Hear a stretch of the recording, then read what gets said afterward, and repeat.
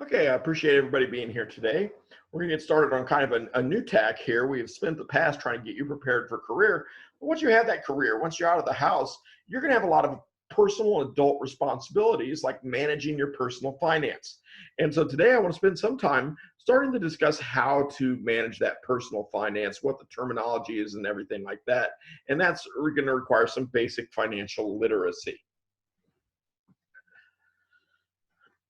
So the first thing I want to talk about with your basic financial literacy is understanding your paycheck. And when people earn wages for working, your per hour or your salary, you don't get all the money you've earned. So for example, if you work if you work 10 hours a week and it's $8.25 an hour, you would expect to get 82.50 on that check.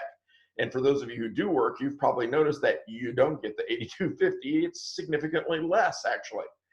Some of the earnings that you make go to the federal and state governments as taxes that will be used to pay for roads, public schools, and other programs. And if you look at your pay stub, the first thing you'll notice is the gross pay.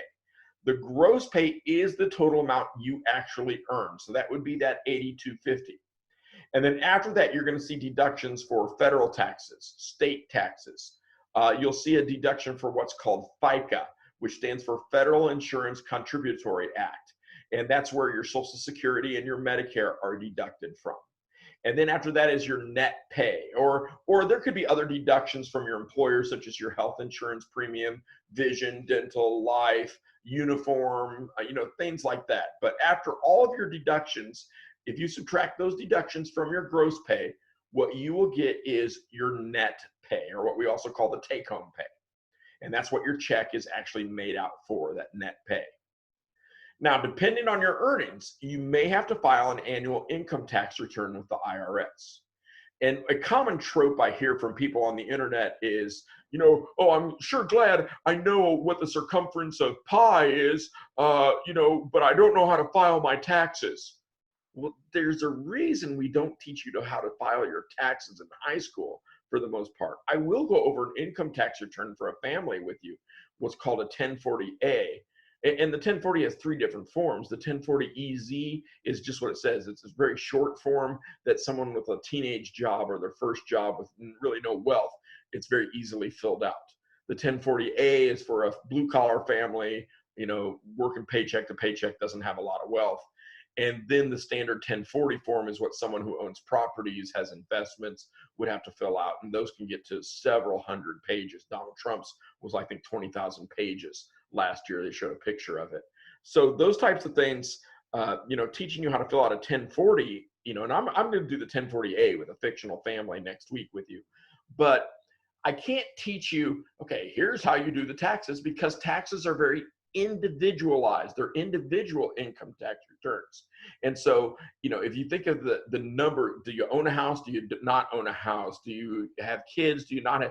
There's all kinds of scenarios that make it very individual, which means it's very hard to teach. Okay, here's how you do your taxes, because the instruction manual for it is 300 pages to cover all these different scenarios. And so what I'll go through with you is more so how to find the information you would need to judge whether or not you have to file something for your taxes, more so than here's how you file your taxes. Because there are people who go to school for 10 years to become CPAs and tax lawyers to figure out how to file taxes. It's not something very easily taught in a high school setting in the course of a couple of days. So keep in mind, tax returns are driven by income, not age. So a 2-year-old who appears in a commercial as a baby and gets paid $100,000 for that 2-year-old will have to file income taxes. That goes for a 2-year-old or a 100-year-old. It doesn't matter. So income, not age, is what determines whether or not you have to file a tax. So when would a teen like you have to file? According to IRS publication 929, a dependent who has only earned income, and earned income is pay from doing work, such as wages from a job or selling something, will have to file if they earn $5,950 or more per year. Now, the figure is much lower, requiring you to file if you have unearned income. Matter of fact, if you have to file if you have $950 or more in unearned income. Unearned income is interest you might have earned on investments.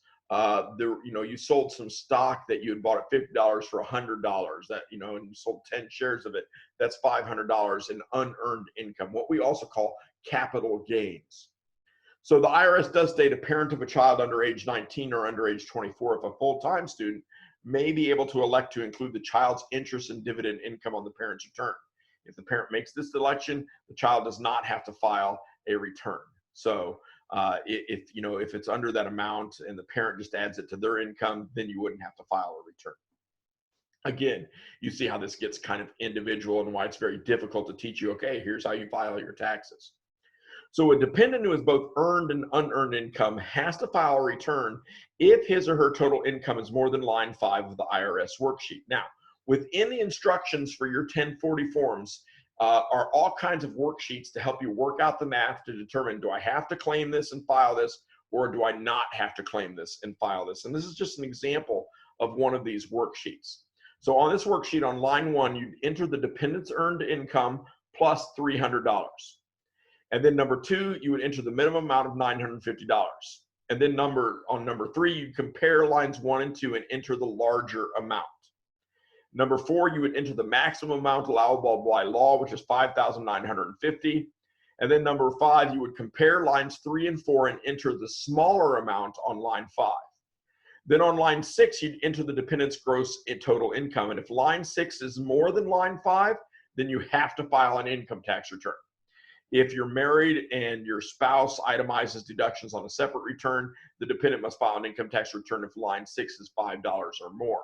So you can see where it gets very individual, very tricky, and this is why we can't really teach you all about taxes in high school.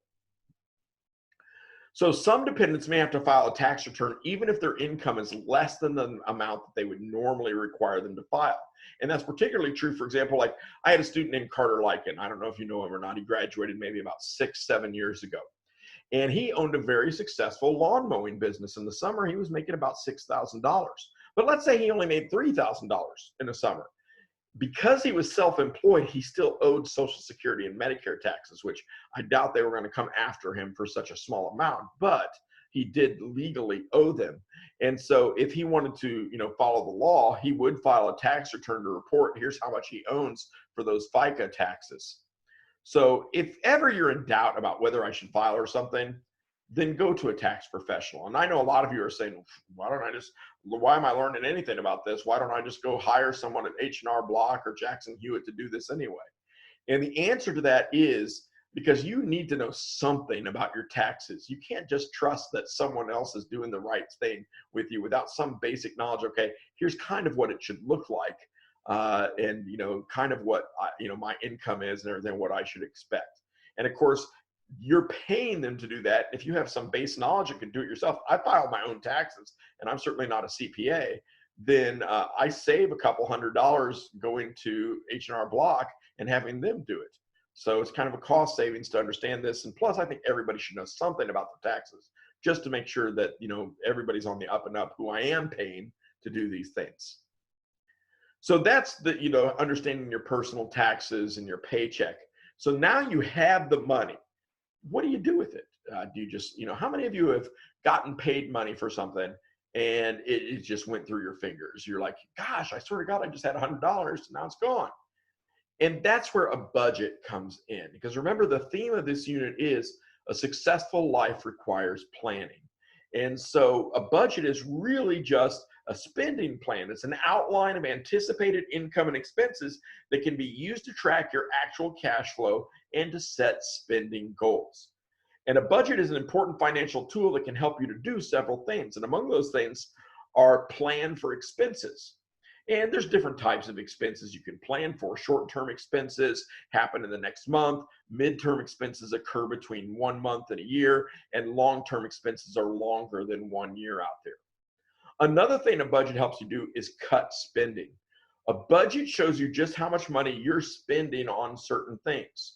And when you see this, you might have an incentive to cut spending on certain things. So if in my budget, I'm finding I'm spending, $100, $200 a month stopping in the gas station to get snacks, well, then, and I'm trying to save up for college or a new car, the snacks might not be as important to me. And that shows me, okay, I need to cut how much I'm spending on snacks so I can meet this other very important goal.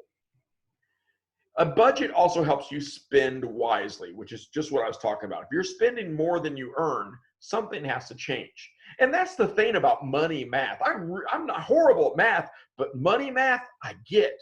Because money math is really only one of two things. Listen, if you're making $1,000 a month and you're spending $1,200 a month, there's only two solutions. You can either make $200 a month more, or you can cut your spending by $200 at least. And so those are your only two solutions in that regard. There's nothing else that you can do.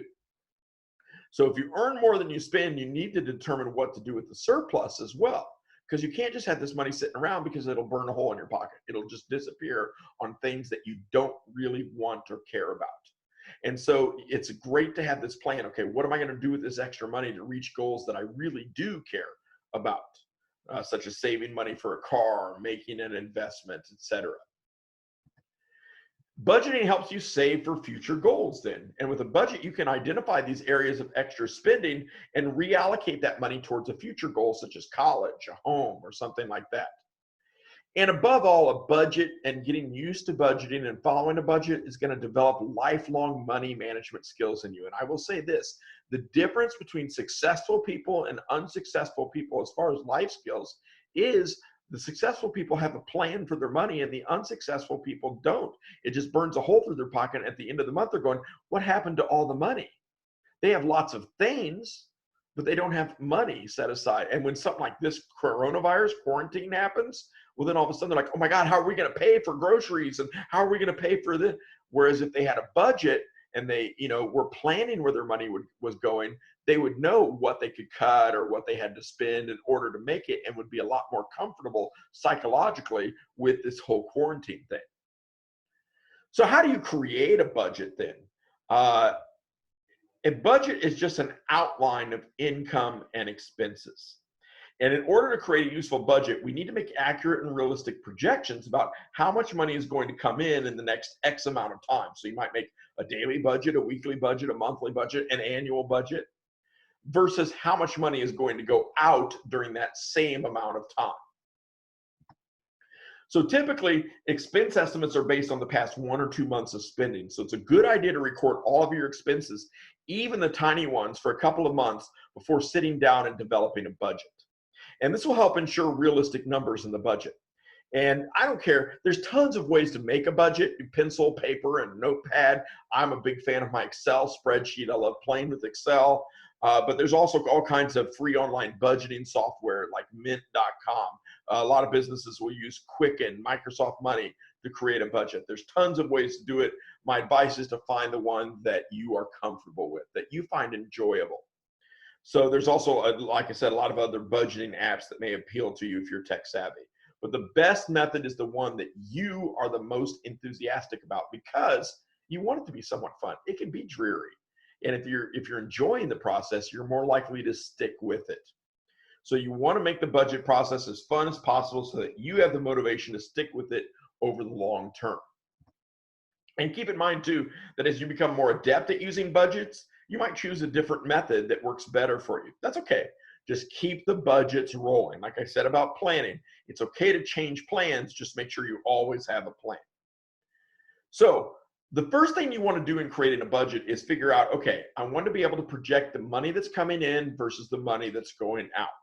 So your budget should include income projections and expense projections. Income, money coming in, expenses, money going out.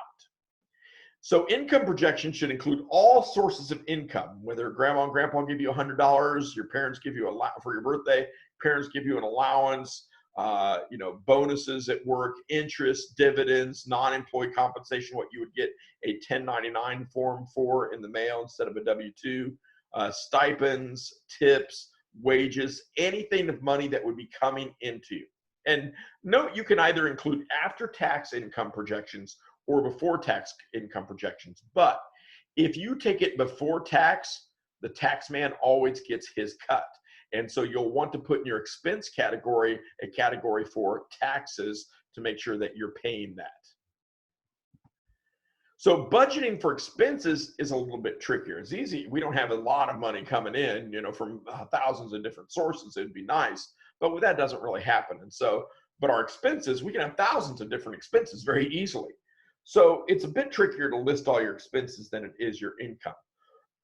Some expenses such as the premium for your car insurance. Others require you to make a best guess based on history, such as your grocery bill. So this is where writing down a few months of spending can be helpful. And one of the recommendations that financial experts make is to sit down for 2 months, just write down everything where you're spending money, and then compare it after 2 months to see, okay, here's the kind of the pattern that I need to base my budget on. So your expense categories are going to be unique categories. And the important thing is to set up enough separate categories to be useful. If you set up a category called utilities, well, that's not really going to help you understand what your water usage is compared to your electric usage. So one category called bills won't help you figure out where your money's going. You need to be more specific. And you may find that these categories may need to be adjusted in the future. And some common expense categories include car. And underneath that, you might have your loan payment, insurance, gas, maintenance, etc. Entertainment, movies, music, concerts, food, groceries, snacks, dining out, personal, clothes, toiletries, haircuts, etc. Rent and mortgage, your savings, sharing, donations to a favorite charity or cause, your utilities, your share of household bills, plus your cell phone plans. And you may have a fixed amount of income each month, or it could change throughout the year. For a teenager, you might not make very much in January and February because your hours are limited because of sports and school. But in the summer, you can dedicate 40 hours a week and certainly make more money. So similarly, spending is likely to differ throughout the year. Maybe in January, you're making a down payment on a car. And so that would be a considerable amount more of money that you're spending in January compared to the other months of the year. Creating a budget that addresses each month can deal with the fluctuations in income and expenses that occur throughout the year. And you might create a separate budget for each month to kind of annotate for that, or just a new column for each month as part of a master budget. To create the budget, what you're going to do is write down or enter, depending on the method chosen for budgeting, all of the income sources and all the known expenses for needs. So that's the goods and services that you have to pay for, such as for car insurance and rent. And it's a good idea, also financial experts say, to think of saving as a need. So after those expenses have been accounted for, any surplus can be allocated to the remaining wants. And we call these discretionary spending. So you have your fixed income or your fixed expenses that you know what they are, and then you have discretionary spending. And your first try at a budget might look something like this. And what you'll notice is that I don't have a cursor here to use, but if you look at the green line here on this budget, the income total, that's how much money we're bringing in each month. You'll notice in January, we've got $60 in allowance, $2 in interest in our savings account, $50 in tip from our jobs, and $280 in pay from our job. And that comes up to $392. Now, if you look at his expenses, the red column down there, you total up all those expenses, and he's spending $530 a month.